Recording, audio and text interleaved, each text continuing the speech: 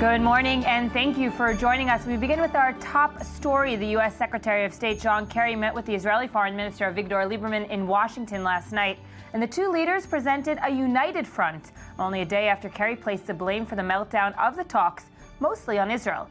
Meanwhile, Israeli Prime Minister Benjamin Netanyahu ordered all government ministries to halt non-security related cooperation with Palestinian entities and ordered his cabinet to limit contact with their Palestinian counterparts. To hear more about it, we're joined by Channel 10's diplomatic correspondent Moav Vardi. Good morning, Moav. Good morning, Yael. And by the I-24 News senior Middle East analyst Ali Wakid. Good morning, Ali. Good morning, Yael. We're going to chat soon. Let's first see a report from yesterday. If anyone was searching for a new defining word for the Israeli-Palestinian peace process, the U.S. Secretary of State has definitely found it. Poof. That was sort of the moment. The State Department did its best to clarify that Kerry wasn't pointing fingers at Israel, only describing the sequence of events that led to the latest crisis in talks. But his remarks created a storm and disappointment in Jerusalem. And guess what? Just hours after Kerry expressed his frustration, more fuel was added to the fire. Israel announced it's moving forward with punitive steps against the Palestinian Authority, while Palestinian President Mahmoud Abbas appealed to the Arab League. So poof it is, as the spiral of escalation continues. Israel is wholly responsible for the collapse in the talks because it refused to comply with the terms of the peace process. In response to Ramallah's unilateral move to join 15 international conventions, the Israeli Prime Minister ordered all government ministries to halt cooperation with Palestinian counterparts. Only low-level field cooperation, security cooperation, and peace negotiations will be permitted. But there's more. Jerusalem is considering additional measures such as canceling permits for the Palestinian telecommunications company, freezing West Bank development plans, and withholding tax revenues. But the Israeli sanctions won't go unanswered. The Palestinian president met with the Arab League and appealed for political and economic support to deal with the Israeli sanctions. And Ramallah has already threatened it is prepared to join more international groups if Israel retaliates. Sure, we may fail. And you want to dump it on me? I may fail. I don't care. It's worth doing. Chief negotiators are still trying to break the impasse, and talks are still continuing until the end of April. But if the tit-for-tat moves prevail, more and more voices will call to pull the plug on the peace effort. Kerry, for his part, might be frustrated, but he's not giving up. Moav, I want to start with yesterday's meeting between the Foreign Minister Lieberman and John Kerry in Washington. It was very much of a united front, Lieberman calling him a friend. Is this orders from Jerusalem after, of course, Jerusalem orders to halt all cooperation and so forth, trying to, close, maybe shut down the ball of fire that's going down very quickly? Yes, we can. I think we can see a game playing in two different levels. On the first level, on the one level, there is the front that you have to present publicly, which is seems to be united. Both the U.S. and Jerusalem wants to keep on talking, to extend the talks. Mm-hmm. They don't want to face failure in the peace process. So when you see Lieberman and Secretary of State John Kerry holding hands together, they say those words. Underneath, there is a deep, I would say, frustration, both in Jerusalem and in Washington. You can see it by, when Kerry told what he did in the Senate hearing. That's what the Americans think, that the Israel is the one which is responsible for what has happened by not releasing those prisoners a week ago. Mm-hmm. And you can see the Israelis when, quoting in the New York Times yesterday night, and a senior official in Bibi Netanyahu's bureau saying that, we are deeply disappointed in for what Kerry has said. This is an obstacle for peace. This is, will make the Palestinians to go harder with us and not, to ease the situation. Mm-hmm. Now, I want to add one thing which I find important. Although there is a huge frustration in Jerusalem, in Washington, there is a big question mark, not as if they will be able to extend the talks, because the interest now is to extend the talks. And you will see in a week, maybe in 2 weeks, you will see the negotiation being extended. They will find a formula in order, to appease the Palestinians, to appease the Israelis, and to sign up a deal that will enable the talks to be resumed. But the big question mark is what's going to be happening the day after the talks will be extended. Mm-hmm. What we are going going to talk about. There is no agreement about any of the core issues, no Jerusalem, refugees, borders, anything. So the question now is not all what you see now in Washington, in Jerusalem, all these talks. It's niceties more than actual policy. It's nice, but it doesn't really matter. They will find the formula in order to extend the talks. The question is what's going to be the morning after they will do it. And the question, of course, Ali, is what the Palestinians on their side are looking at what's going on in Jerusalem the past 48 hours. They haven't been very vocal in the past 24 hours, looking at Netanyahu for his every move and looking at the kind of very delicate relationship right now between the U.S. and Jerusalem. Yesterday evening, I was talking with one of the senior Palestinian members of the negotiation teams, and it seems like Moav was there because he quoted them right now when he said that the big question is what will be in the next day. They are saying that a government in which Lieberman, Bennett, Ariel are members is not a government to go forward in the peace process. For the moment, the Palestinians are not freezing their steps to go in further international organizations, but they are raising, of course, this card. They are raising once again the issue of dismantling the Palestinian Authority. They won't go that far, but if Israel will take seriously to stop the transition of tax revenues, it's 400 million shekels per month for the budget of the Palestinian Authority is huge, and this means the collapse of the Palestinian Authority. All yesterday, the Palestinians were in urgent meetings, both in Cairo with the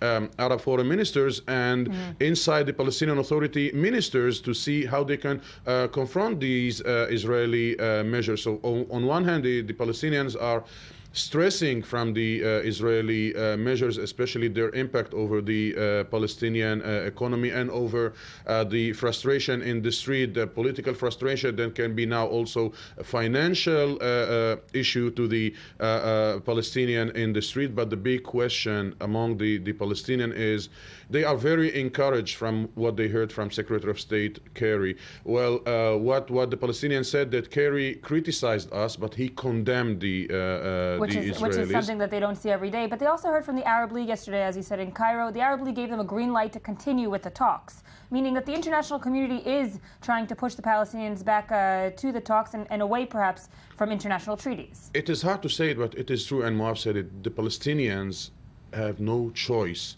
but to extend the negotiations when they are dependent with the American support. They cannot go into a confrontation with the Americans. So let's face it, they have no choice. But the big question is, and the Palestinians are relatively disappointed by the EU. They expected a position from the EU after Kerry testimony in the Congress, accusing Israel and urging Israel to stop its building and its projects in the East Jerusalem and in the settlements. And this is an issue that the foreign Palestinian minister is trying to clarify these days with the EU.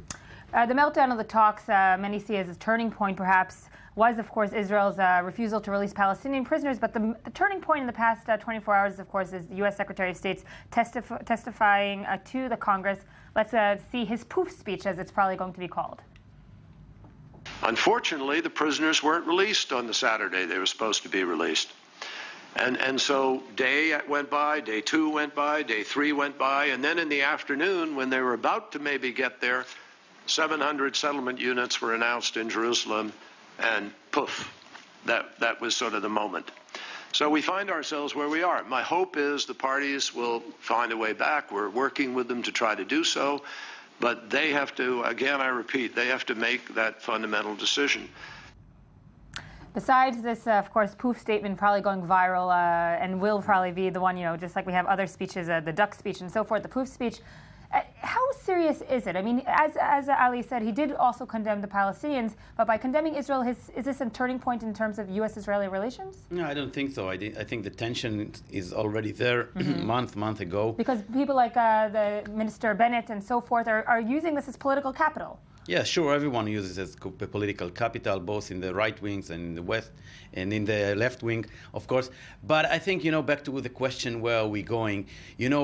Assuming the talks will be extended and the peace talks will be resumed, the question is, where are we going now? Where are we going after the talks will be resumed? And the big question is if the United States administration is willing to put on the table a real plan, I would say, a real, a substantial paper, that laying out an American plan for the final status agreement or for an interim agreement. Because right now, if you let Netanyahu and Abu Mazen talk by Livni and Erika, they can talk with forever and reach nowhere, and it's leading nowhere.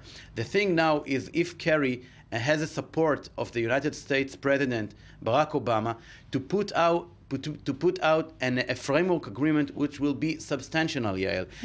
The framework that Kerry went with for the past 8 months. For the past 8 months, or past 2 months, I would say, did not include Jerusalem, did not include borders, did not include nothing that the Palestinians can benefit from. And this is a major problem that Ali talked about Abu Mazen in the Palestinian public. So the question now, what's going on? And I think that before midterms election, November, there is a risk that Obama doesn't have the political will or the political capital to confront Israel, to confront Congress, and to put out a substantial framework agreement. Maybe what we're going to see is the more of the same, talks for talks until November, because the interest of both parties is not to collapse. Sustain it until November.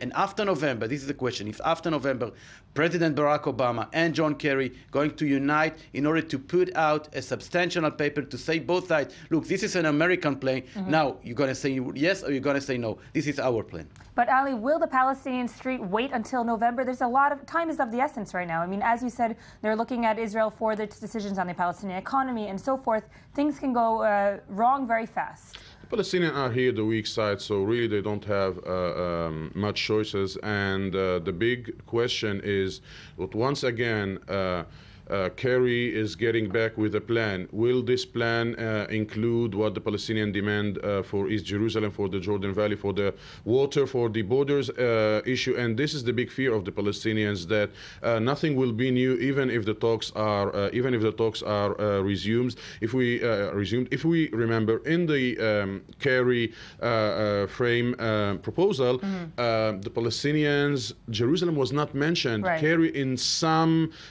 talks hinted at Beit Hanina, and Beit Hanina is closer to Ramallah than to Jerusalem. As for the Jordan Valley, asking the Palestinians to study a proposal that the Americans will hire the Jordan Valley and then will hire it back to the Israelis. So the Palestinians don't really feel that the administration is for the moment ready to confront Israel.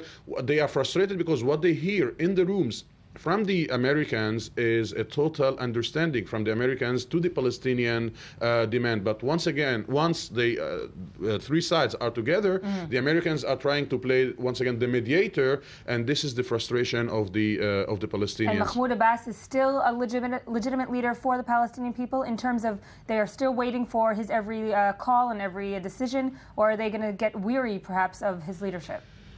No, they don't. They will not get weary.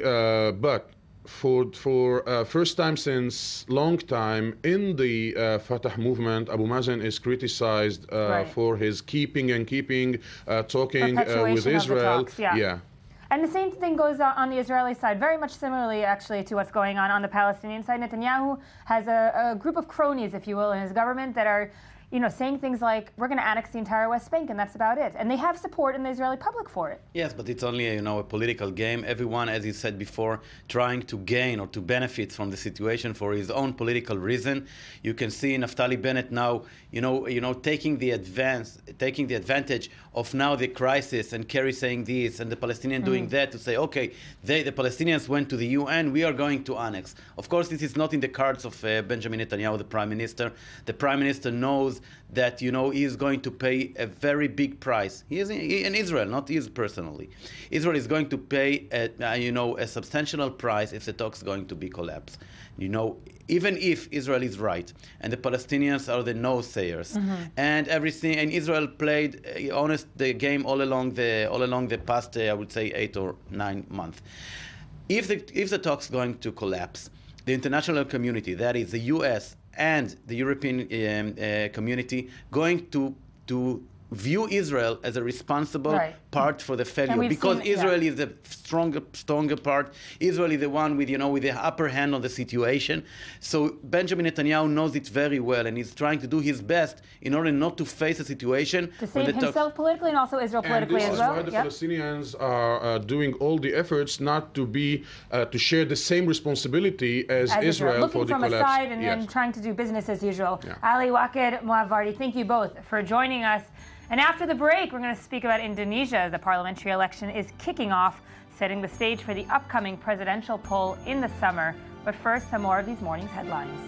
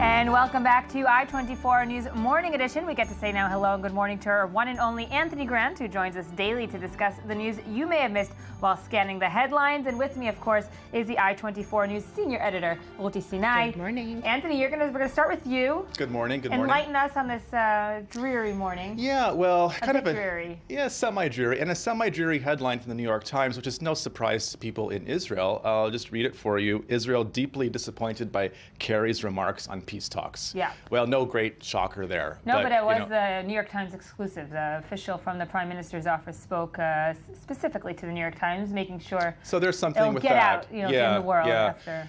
Just an overall kind of, I would say, a lack of enthusiasm for John Kerry's situation, and for lack of a better way to put it. It was not, in terms of rhetoric, he just said poof. Yeah, that it's not really didn't that go much of a down big too deal. well in the Israeli media. Well, because in Hebrew it was translated as boom, like the peace talks that kind of exploded. Yeah, got it. Poof is poof. I think John Kerry could use a little poof of I don't know, something. When you watch the man talk, he's lacking a little poof himself. Oh, listen, this I don't man know. is just, he's incredible. I don't know when he sleeps. I don't know when he Yeah, no, you have to admire his energy back and forth and all the shuttle diplomacy. But again, all the headlines yet to be written are waiting for him to come up with something. With our first, we spoke here with the diplomatic correspondents. Poof is not such a big deal. Israel is using, especially the right wing here, is using it as political capital to say, look what America is doing to us. Yeah. He just said poof. Come on, guys. Yeah, it's just a word. So let's see how it translates into actions. He's very pro-gay, so. There you go. Well, that brings in the whole British element. But before we get to England, let's get to Al Arabiya, which has also political news. Interesting story about an Egyptian presidential hopeful, Mortada Mansour, who says he sees Ethiopia and Twitter as potential enemies. Now, interesting choice, right? Yeah. It's an interesting headline too. I don't even understand what's going on here. Basically, as the presidential election draws near in Egypt, this guy is a contender, and he is kind of politicizing Ethiopia's Renaissance Dam project. And of course, the Nile River is the life of Egypt. Right. And so any potential plan that would jeopardize Egypt's water supply is going to be controversial, and he's making it more so. And also, perhaps inspired by Turkey, he views Twitter as a potential enemy of the state, and he'd be ready to shut it down if necessary. Nice. So he just categorizes enemies in general, Ethiopia / He prefers Twitter. diplomacy. He prefers diplomatic outreach, but he's willing to go that extra mile, so to speak, if he feels that Egypt's interests would be endangered. So interesting to see how the Egyptian press at Al Aram covered that and story we as well. hardly hear about him because everyone is, of course, talking only about Sisi. Yeah, but now you're starting to see press coverage of some of the other elements in the Egypt's election to come. So it's interesting to watch that. So bash Twitter, you'll get some supporters. Yeah, you get some headlines. And speaking of political people, the National Post reports on Rob Ford, Toronto's favorite crack mayor. Back to the real politics. Back to fun politics. Yeah. Back to the fun politics. He was actually banned, along with other politicians, from an Easter parade in part of Toronto, and he was stuck with 10,000 chocolate Easter eggs. And I wonder what he did with them. I was thinking maybe he would just, gobble them up. He is a man of nice gourmand of you to say. taste. Yeah. Well, he's a nice guy. But he Or maybe sniff them up. Sorry. Actually, he did the next best thing. He passed them out to hungry reporters, and we know that journalists are always hungry. Absolutely. But there's a mayoral race coming up in Toronto too. It's a little bit of paying off your journalists. I'll give you that chocolate egg if you don't write about my cocaine Works for sniffing. me. Yeah. Just add chocolate, right? So he's keeping things colorful in Toronto. I can't believe he still is in office, but he is. But again, it would never happen anywhere else. There's a race Canada. coming up, so he may not be the mayor forever. So. That will be surprising if he is. Yeah, I What think else? so too. Wall Street Journal headline from a couple days ago, but it still resonates with me because of what it says. Blank fine pay is tops. This guy is Goldman Sachs chairman and chief executive, and according to the Wall Street Journal, he received $23 million in his salary and bonus for his performance in 2013. Salary and bonus. Okay. Putting him at the top of the heap for Wall Street compensation packages. And it's interesting because, of course, in the Wall Street Journal, this is the Journal of Wall Street, and it's kind of just, that's the headline. But when you think back to the financial crisis of a few years ago and all the bailouts and the huge amount of public sentiment against so-called banksters and people like Lloyd Blankfein, who make so much gobs of money for doing, we're not exactly sure exactly what. Now it's just sort of like no reaction. It's sort of the way things are kind of going. And this is just like, months after Leo DiCaprio had that movie, The Wolf of Wall Street, which completely, in my opinion, everyone has their own opinion on the movie, but tried to completely, bash the Wall Street culture, to showcase it and show how horrible it is. It could be even a Wall Street culture bashing fatigue on the part of the public, because there really is very little reaction to that, even though this is a much, in some quarters, respected and other quarters reviled firm. So. And Occupy Wall Street, you don't hear about them anymore. It just really fizzled. It just sort of poofed away, right? Poof. Anyway, on to... That's a good usage of the word There, poof it all comes back to that today. Here's a great story that I couldn't resist about France and the SNCF, which is the French National Railway. Actually reported on i24news.tv. First, I saw it on our own site. But here you go. They can bid for U.S. project in Maryland, actually, despite Nazi past. Now, They were banned to do it, and now they're back. They weren't actually banned, but the legislators in Maryland were trying to prevent the American subsidiary of the French rail company from bidding on a project in Maryland because of the French Railway's very direct role in the deportation of 76,000 Jews during the World War II years. Actually, because of some legislative deadlines that the laws that the lawmakers wanted to pass didn't make it. So now they will be allowed to bid, but it's still controversial, and there are still victims' rights groups that are going to try to take the French SNCF to account in terms of compensation of victims that are still alive. Have they spoken out According to this it? article, the French Railway said that they were just a cog in the wheel. Now, oh God! Yeah, you gotta love so that. Not, but I think they have taken. They were some just following orders. That whole thing. Yeah. They have taken some responsibility in France itself, I believe. I mean, it's a complicated story, but basically the reputation is far from clear for the French railway in terms of this. Well, we'll see who their competition is in Maryland. Maybe there's other groups that are coming. Maybe Israeli railroads to try to. The Israeli trains are great, by the way. Have you taken so efficient. Tel Aviv, Haifa. It's like, what, 45 minutes when or it's less? working. Yeah, when it's working, Anthony Grant. Every time I've been on that train, it works. Well, you haven't been here long enough. Okay, you just wait. I'm three cheers for the Israeli train system. Okay. Back to the French. Le Monde reported quite nicely on this very disturbing phenomenon in the Mediterranean Sea. In the past, about 3 days, some 4,000 migrants from mainly Libya have been rescued by Italian naval authorities. That's a staggering number. Staggering, and especially in what conditions? Yeah, I mean, on these rickety boats, they're looking for, obviously a gateway into Europe, and now basically so the Italian Navy's on permanent patrol, so it's a big issue there.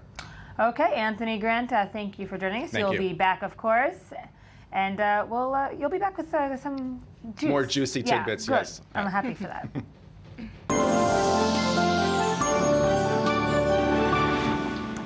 And on to our next topic. The world's third largest democracy is heading to the polls in a vote that will heavily influence who becomes Indonesia's next president. Tens of millions of Indonesians voted to select a new round of lawmakers from among more than 235,000 candidates for the country's parliament. Opinion polls predict the opposition Indonesian Democratic Party struggle, PDIP, will dominate, increasing the likelihood that its hugely popular candidate, Joko Widodo, widely known as Jokowi, will be winning the presidency in that election on July the 9th.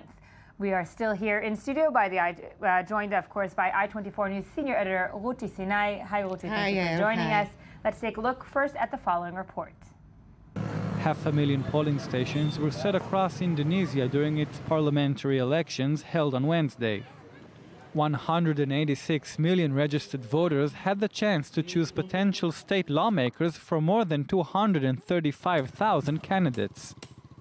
The results of these elections bear great importance, as they will decide not only which party would rule the Indonesian House of Representatives, but would also be able to award substantial support for any of the future presidential candidates in July.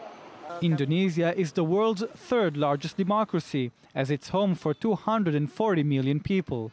Yet this election process is not taken for granted, as Indonesia first embraced democracy less than 20 years ago. Despite changes in government, poverty still haunts Indonesia. About 11% of the nation's population live below the poverty line, and another 30% barely make ends meet. According to a 2013 Transparency International poll, many in Indonesia view the national parliament as one of the most corrupt institutions in Indonesia.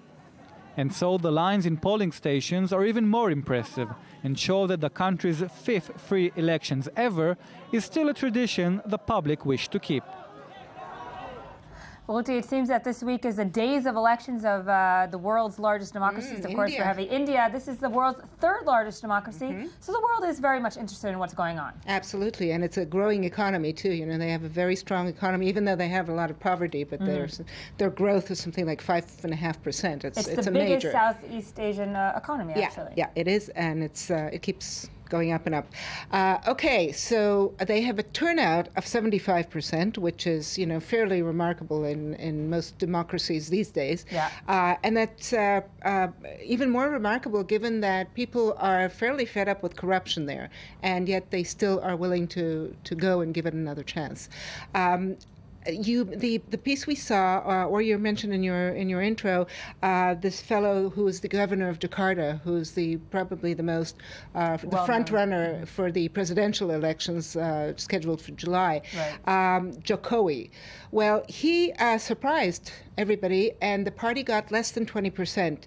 Now, in order to be able to nominate him as their presidential candidate, his party, which is an opposition party, the Democratic Party, has to have 25% of the popular vote. They apparently didn't get it from initial results, and so he's going to have to go into some sort of coalition with another party. This was very surprising, apparently, sent stocks in Southeast Asia plummeting, which is, reflects the extent of the surprise of this result. And the other parties, there's something like 12 parties. They have, bits and pieces of the other. I mean, the Democratic Party still got the most, but as I said, it's less than the 25% they expected and hoped to get. The elections, by and large, passed calmly. They've something like 7,000 islands. The figures are, as you mentioned, or the piece mentioned before, 235,000 candidates. Right. I mean, this is how both local and national. Sorry. As you said, 75% going out, it's an extraordinary number, especially to Western standards, Israeli standards. Yeah. And it's combating a lot of corruption, as you said. Yes. Meaning that the people, have more faith now in the government, or they want to change it? Well, both, I'd say, both. But, they're not as cynical, I think, as Western voters saying, well, whatever we do, we're not going to be able to change it. Look, they've only had democratic votes for the less than 20 years. I mean, they were under Suharto for 30 years. It was a very authoritarian regime. He was overthrown, I think, at the end of the 90s. And since then, they've had free elections.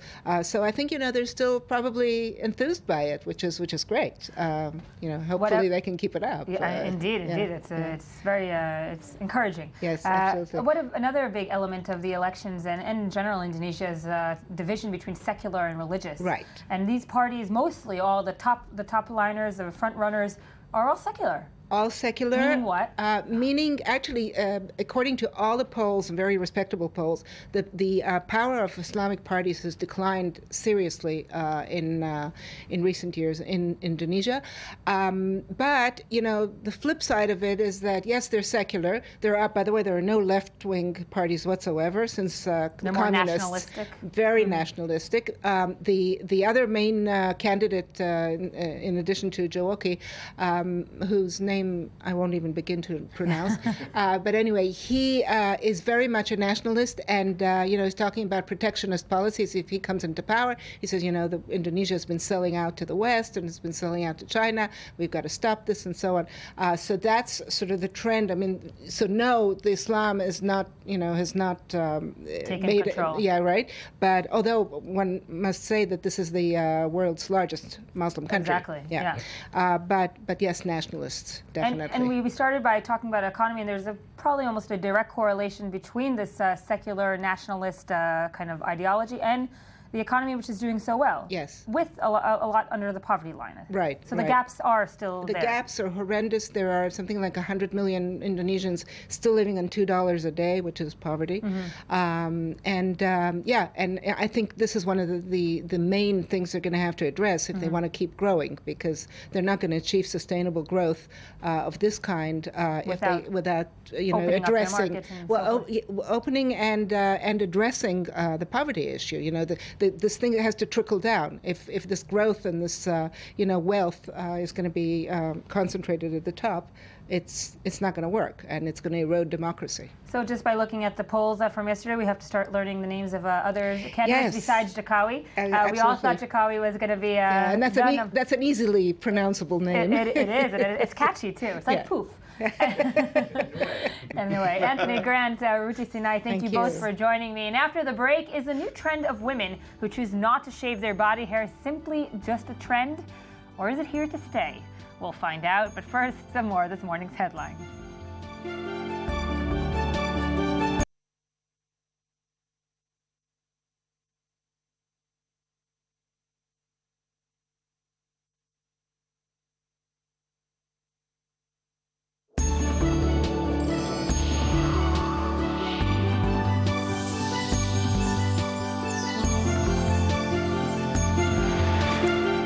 Welcome back. It's still Thursday, April 10th, 2014. This is still the Morning Edition, and I'm Celia Listener-Levy. Thank you for staying with us. On to our next topic. In 1999, Julia Roberts delighted the tabloids by revealing a hairy armpit at the London premiere of Notting Hill, the Hollywood movie. And just last month, Madonna posted a stubbly selfie on Instagram, and she wrote the caption, quote, "Long hair, don't care." All this after the actress Cameron Diaz said that the idea that women don't need body hair is like saying, quote, "I don't need my nose." And then, of course, the clothing giant American Apparel recently lined its storefront windows with bush-bearing mannequins. Is this all a trend of women who choose not to shave their body hair? To try and explain the politics of the body hair and other questions, we're joined in studio by Dr. Yofi Tirosh from the Faculty of Law at Tel Aviv University. Hi, Dr. Tirosh. Thank you for joining us. Good morning. We're going to chat all about the politics of body hair, and I'm interested about the political side, of course. But first, a report. The smooth feminine beauty ideal is challenged these days by women who publicly refuse to shave their legs, armpits, and pubic hair. 2014 has already been coined by Irish activists Emer O'Toole as the year of the bush. Some brands are happy to jump on the bandwagon. Earlier this year, American Apparel shocked many when it placed mannequins sporting pubic hair in what the company said was a celebration of natural beauty and an exploration of what is sexy. Our common perception of feminine beauty is in fact relatively new. Gillette's first razor designed for women hit the markets in 1915, and only in 1964 did the vast majority of young American women admit to shaving their legs on a regular basis. The current feminist backlash against shaving body hair is understandable when considering that the fashion industry, beauty cosmetics, and pornographic imagery all nourish one another and supply us with what's at the heart of every fine commercial, a false sense of reality. And that was a report by the I-24 news reporter Gabi Tartakovsky. Dr. Tirosh, why is hair so political? And I don't want the answer, everything is political. Is hair specifically political? Hair has been specifically political across history. We remember the 60s. It's no wonder that the musical Hair was called Hair, because hair was all about resisting capitalism, bourgeois lifestyle. It was about back to nature. We're not going to abide to your boring rules, that we should all become civilized and self-restrained. We're going to live freely. So that's one example. And then it all changed with, as we saw in the report, with Gillette and other corporations that go in and try to capitalize. And I hope that the new trend marks the return of the pendulum to the other direction. Look, it's fine that we want beauty. It's fine that we want to feel good about ourselves. We're only human. It's great. And body is fun. But it's also good to remember that the mandatory requirement to remove your hair has not always been there. Just like it was okay to have a few extra pounds in the Da Vinci paintings, it's really okay, to choose whether to leave your hair on or not to. Now there's a $2.1 billion industry of hair, which hair removal, which we also should take into account. So when you talk about politics and you talk about women's equality, sometimes people tell me, you're a feminist, deal with the real issues, deal with sexual assaults, deal with equal pay. But I say, it's all connected, probably. It's all connected, and the micro politics, the little things that we're required to do before we go out to the street or to our workplace, the money, the pain, the time that we have to invest in those practices is something that weakens us. We should question it. So if we take a historical look at the politics of body hair, one can say it's not really political, it's just something trendy, it's fashion. Right. It's not really rooted in some kind of political ideology that we want to change. And even American Apparel, at the end of the day, it's a clothing company that wants to make money. Right. Perhaps they're just doing it, to make a statement. A fashion statement, more than actually a political statement. Yeah, I'll be the first to be suspicious about their motivation. I don't think that they're about women liberation. I think they want the titles, they want the headlines. We do something that supports their sales right now, right? But we should use this, make lemonade out of the lemon, and use this to say to women, it's a little bit paradoxical that all of us feel that it's unnatural to be left with our own hair. This is nature, but we are under constant demands from culture to differentiate between men and women. And if men and women are really different, if we remove our hair without our male partners knowing, and we do it without their knowing, right? They get a sense that our bodies are really, really fundamentally different, then this justifies giving us less money or saying that we can't be managers or politicians because we're fundamentally different. And we're tied down to rules that have been, who knows who put them in. But, it's also interesting, we were just talking during the break, even when us women or men see the pictures on the screen, we start queasing with uneasiness. We don't know what to do. We want to just go up and, shave that hair and make sure it's all clean. The responses to Madonna were horrible. There were hashtags about how she lost it and how she needs to buy a shaver, etc. What's her motivation? I don't know. I haven't spoken to her recently. We lost touch. Right. She wants to be talked about, and that's fine. But I think, we need to listen to her and to Cameron Diaz, and we need to also see the violent responses. I mean, I'm thinking of another area, which is gray hair. When the new Dutch from England, Kate, the one that gave birth recently, she's a fresh mother. She went to a press release to some function, some social function, and the roots were showing.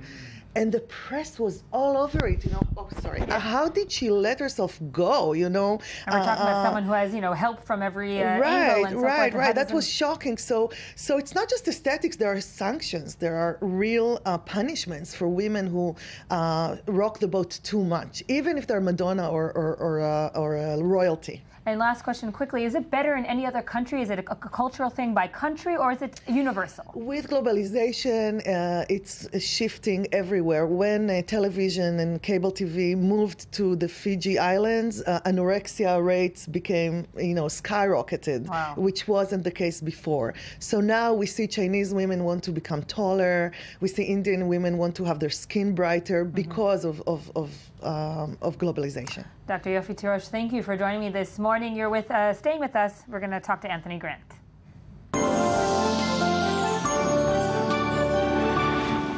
Anthony Grant, you're here with what's hot on the web. Any quick comment about absolutely none, except it seems to be that the reverse trend seems to be afoot with a lot of males, because a lot of men seem to fall under some kind of social pressure to do the manscaping thing these days, right? Cultural historians say that it happened through the gay revolution, the gay pride, etc., etc.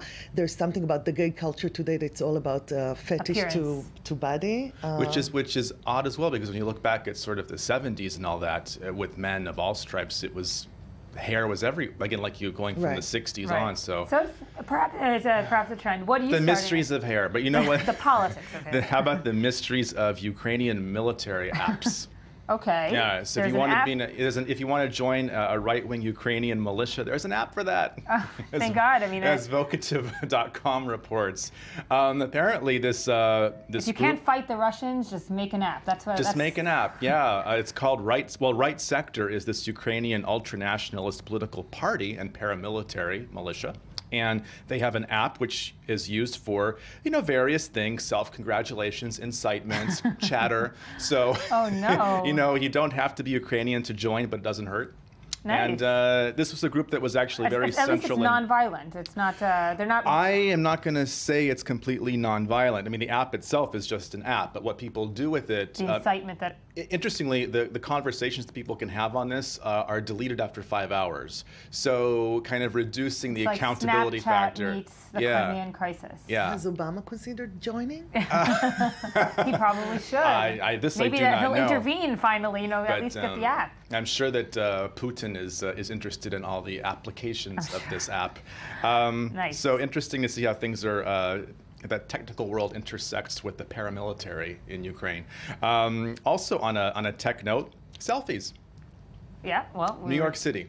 Okay. Beta Beat, which is part of the New York Observer, reports that a New York apartment listing, the first that we know of, has promised that the rooftop is perfect for selfies. Oh, that's worth a few millions right there. I mean, it's a new asset for an apartment. Is that if your rooftop is a good backdrop for your selfie self-indulgence, it can up the price of the apartment. Oh, God. You've reached 2014 when you have those headlines. Yeah, I mean, and it's in East Village too, so it's not even that fancy. But maybe that makes the selfie, a little kind of bit a street cred rooftop East Village selfie. Oh wow! They're probably monetizing on the perfect for selfies part. Absolutely. I mean, and they should market it to people who don't remove their body hair. Wow, the value. And then you get that whole grungy East Village selfie look. Yeah, and Madonna would fit in perfectly. Right, because exactly. CBGB and all that.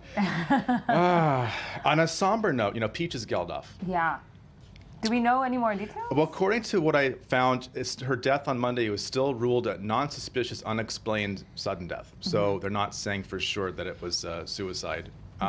But she apparently had been writing about being exhausted, an interest in the paranormal, not really sure what that means. And it's very contradictory, because she wrote in some published accounts, press reports in some British papers, how happy she was with her family life. So this sort of tension seems to be emerging, and I think most people know in America Peach is Geldof because of her name. Right. I mean, in England, she was known as a model, journalist, TV presenter, daughter of Bob Geldof, of course, course the famous legendary music producer. Yeah. So it's just quite a mysterious situation there, and the British papers are still kind of wrestling with the revelations as they come out. So. And the Israeli papers, of course, took it to their own perspective. And did you know that she was rediscovering her Jewish roots?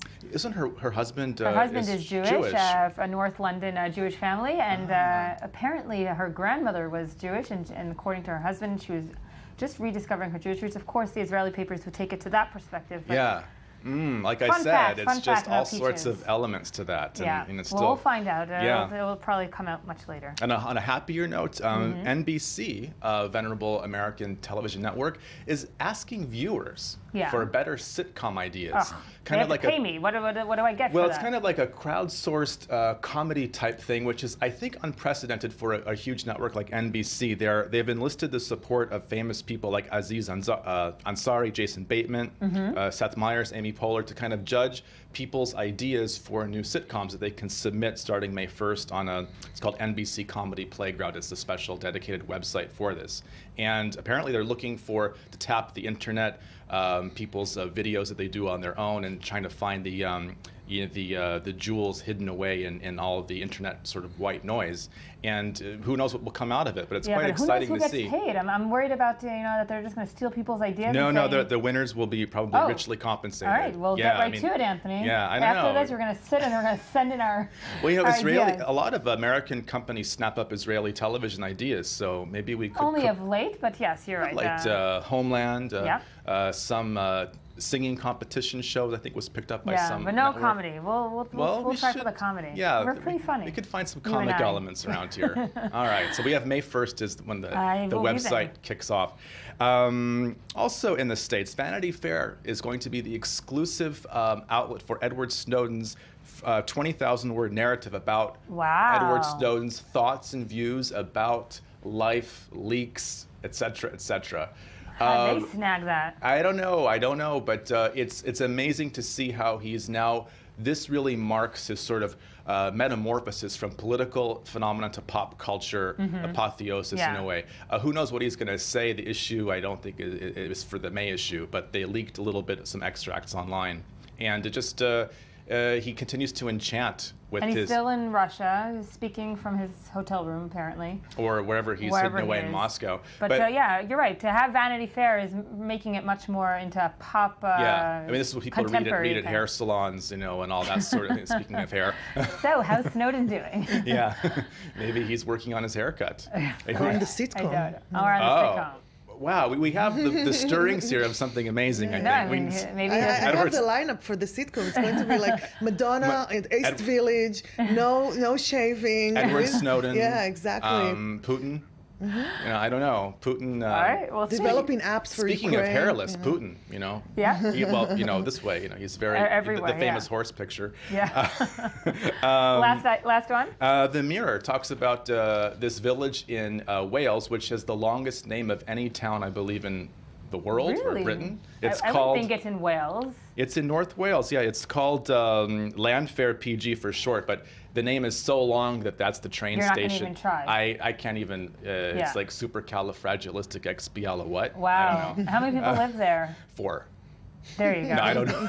But they have a new a smoking ban, which I guess is big news in Britain. So you can't smoke anywhere in this little village, which is kind of cool if you're a non-smoker. Yeah, but if you're only 4 people, I guess it's not really. No, I think there's more than 4, but more power to the Brits, right? It'll be good for their teeth. Or the Welsh.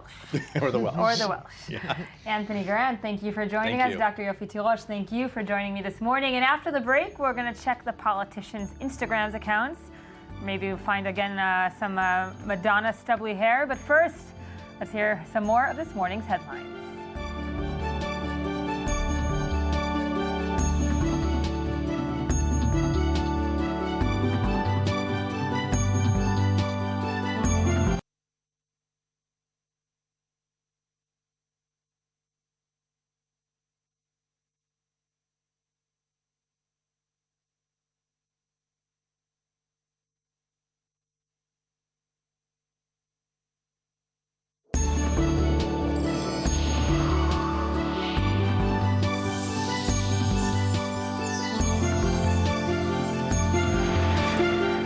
morning and thank you for staying with us. We're now joined in studio by the I-24 News correspondent Gabi Tartakovsky and by the I-24 News diplomatic correspondent Tal Shalev. Good morning to you both. Good morning. Gabi, we're going to start with you. What do you have for us? I have some terrible, terrible news. Archie of Archie Comics is about to die. I mean, how old is he by now? Well, the original series first was published in 1941, and it was this current series, The Life of Archie. It was relaunched in 2010, and it chronicles the life of the Riverdale's gang after college graduation. You know my favorite is Veronica, by far. Yeah. Betty and Veronica are the best anyway. Yeah, But and Veronica was the dark hair. Sorry, I have to yes, make this point. Yeah, sure. Betty sure. is like the blonde, like whatever. Veronica was a tough, It's like Kelly and Brenda. Yeah. Interestingly enough, the publishers back then decided that he should marry them both.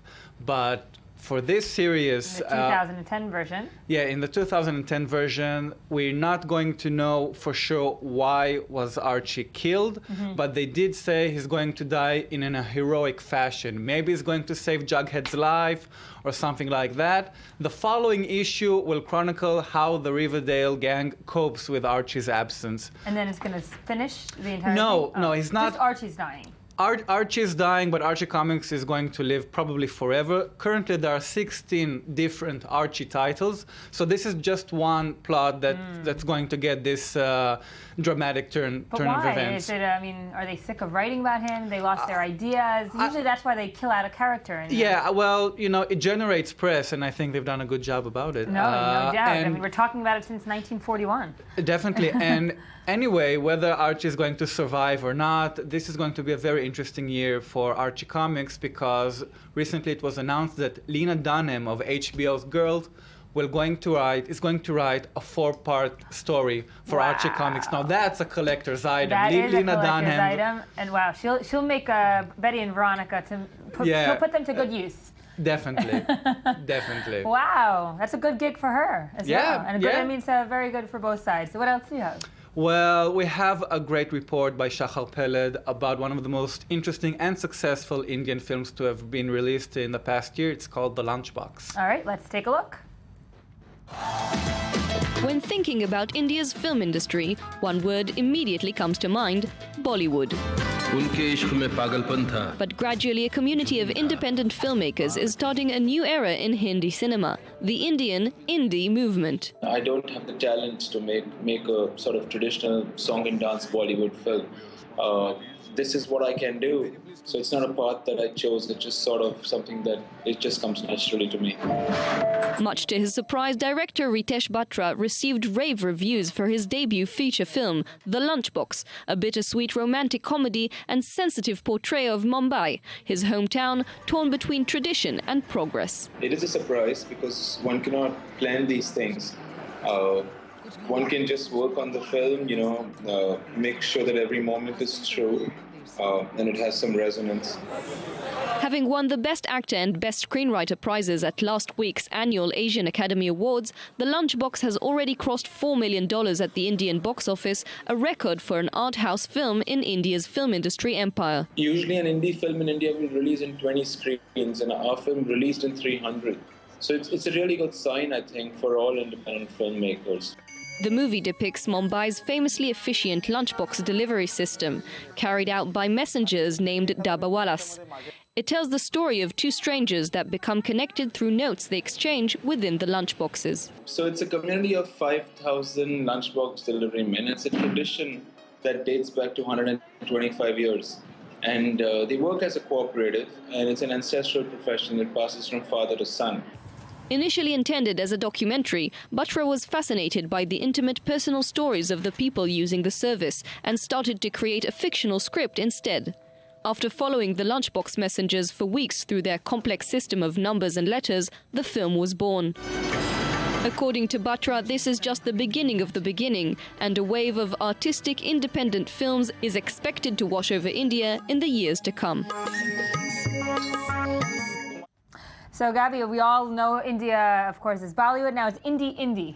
Yes, definitely. And despite this great success, the film wasn't nominated for Best Foreign Film. It was a favorite by the public, the Indian public, but they chose to to place another entry, and the producers were very vocal about the lunchbox not getting India's official stamp of approval to be represented at this year's Oscars. Yeah, but it made the bump in the road that needs to be made, and maybe next year. Definitely. Last yes, still on the subject of cinema, Tina Fey and Amy Poehler, Morning's Edition's favorite power couple. Indeed. Is going. They're going to reunite in an upcoming comedy called The Nest. They previously co-starred in Baby Mama, a comedy in 2008. I think this one's going to be much better. They're going to play two sisters who find out that the family is planning to sell their old house, and they're going to do one last wild weekend at this house. And it's going to be hilarious. It's going to be hilarious, and the screenplay is going to be written by another SNL staff member. Amazing. It's a dream come true for people like me. Definitely. I just see their faces and I start cracking up. Gabi, thank you for joining us, and stay with us. We'll be talking very quickly.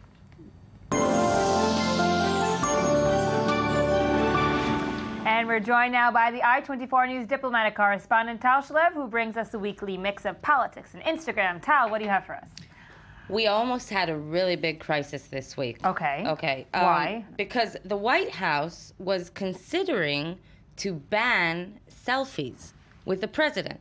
Did you know? No, I did not know. Okay. What is this policy coming out of? Well, it all started out with a big photo that was retweeted 42,000 times. This is the photo. This is the American baseball star, David Big Papi Ortiz. He plays for the Red Sox. Yeah. He met Barack Obama, and he tweeted this photo to 642,000 followers. Wow. It was retweeted 42,000 times, one time too much, by Samsung Mobile.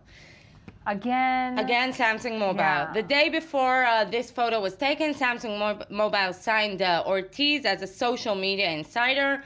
Barack Obama didn't have anything to do with it, and he described it as a cheap stunt. It is. I agree. I mean, it's the same thing with like the Ellen selfie at the Oscars. We all got so excited about it, thought it was so organically made. Like, come Angelina, come Brad, and it wasn't. And then last week, on Sunday, one of Obama's senior advisors, Dan Pfeiffer, is on CBS Face the Nation, and then he was asked about it, and he says it could be the end to all selfies. Well, now I understand where he's coming from. Yes. So and the whole social media was, what about selfies with Obama? You know, Obama has a very good history with selfies. The better known one is the one that was taken in December at the Mandela funeral with the Denmark Prime Minister. Indeed. Famous picture, one of the coolest pictures ever, and especially Michelle's face on the side. Oh, poor Michelle. So mean to her. And then the White House press office, Jay Carney, had to clarify and said in his daily briefing on Monday, he said that that Pfeiffer's remark was just a humorous remark and that they're not striking out selfies. Good. But this one did a lot of damage, even if it wasn't corporate damage like Samsung, but this one had damage in the press, I would say. So just to commemorate selfies and to show how much we are pro-selfies, especially politician selfies, I think specifically that the fact that politicians take selfies, it really brings them down to the nation. It brings them down to the public. I agree. So we are going to have a few of the best selfies in the past year. Round them up. So Michelle Obama herself had a really good selfie with Bo, the presidential dog. Oh. One of the greatest. Michelle, of course, is a goddess of social media. But so this was one of the best selfies. Then we have Chelsea and Hillary Clinton. I saw that one. Oh, I loved it. Chelsea and Hillary Clinton together, proud daughter. I use that hashtag sometimes. Proud. I use it. Proud daughter, proud granddaughter. You should be. Yes, I am proud. We're all proud of our heritage. Yeah. French President François Hollande also had a selfie going on. Our favorite U.S. Secretary of State, John Kerry, had an unselfie. There was a campaign going on promoting charity for a typhoon relief, and Kerry took this picture, unselfie. This was for the disaster responses. So that was Kerry. Nice. I didn't even know that existed. I guess there's a whole other underground campaign going about on selfies. Yeah, well, the selfie phenomena is being criticized by, all kinds of hipsters. Yeah. They think Don't be bashing on the hipsters. I'm now. not bashing the hipsters. I'm just saying don't take away our selfies. Then we have the holy selfie, the Pope selfie, which was one of the best. Here we go, Pope Francis and the selfies in the square. Former U.S. President George Bush also had a go at selfies. There we go. You know, it's funny because you take each politician and you put him in his like natural habitat. You have John Kerry, who's only putting diplomacy and not putting his face. George Bush with the security. The Pope with like, you know, with the people, with the people. And back to Hillary Clinton, one of the good selfies was her and Meryl Streep. We're, of course, promoting Hillary for president. Hillary for president. And, of course, our one and only Bibi had a really nice selfie a few weeks ago with soldiers. I do not know the selfie. Oh, yeah. The Israeli Prime Minister, where is this? This was after Israel took over the Class C ship, so he went to congratulate the warriors, and this was one of the ways he congratulated them. It's not a bad them. picture. It's actually, you know, pretty... It's really good. It's a really good picture. It makes picture. him a little bit more human than the, you know, his like cold stare. So that's the thing. They all look really human because these are natural faces, not like, you know, the fabricated photo ops. So you're for this completely. Me totally for it. You can join. join. You know who needs to start doing selfies and that will really boost her image? Yeah. Sarah Netanyahu. If she starts, you know, look what I wore today, look where I was today. You weren't here last week. We talked about her style. I think her new stylist. I think we're getting enough at this point. I'm not sure she's into selfies, but I mean, after all I'll be happy to offer it to her. Yeah, trickle that in. Next time I meet her for coffee. Okay, moving on. My favorite hero, my favorite diplomat. Okay. U.S. Secretary of State John Kerry. It is. Had a very bad week. Horrible. There's this thing in Israel and Ramallah, in Jerusalem and Ramallah, they like to bash Kerry. We like him. This studio likes him. Yeah, we've especially been talking this all segment morning likes about him. poof. Exactly, poof. It's not a big deal. Yeah, poor Kerry. So he had a very hard week with the peace process. So we went to see what kind of photos he took this week. Something interesting. The only photos he posted this week were photos of his back. What do you mean? Okay, this was the first photo. Last week, he was visiting Morocco. He sweared in the Peace Corps volunteers in Rabat.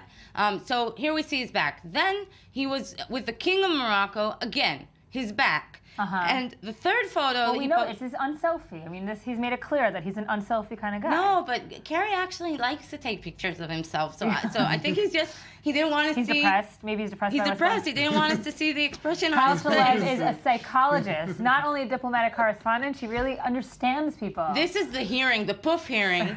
He also took a picture of his back and not a poof picture. Yeah. So that was Kerry this week. You know, you have tons of Kerry pictures in your own Instagram account, Tal.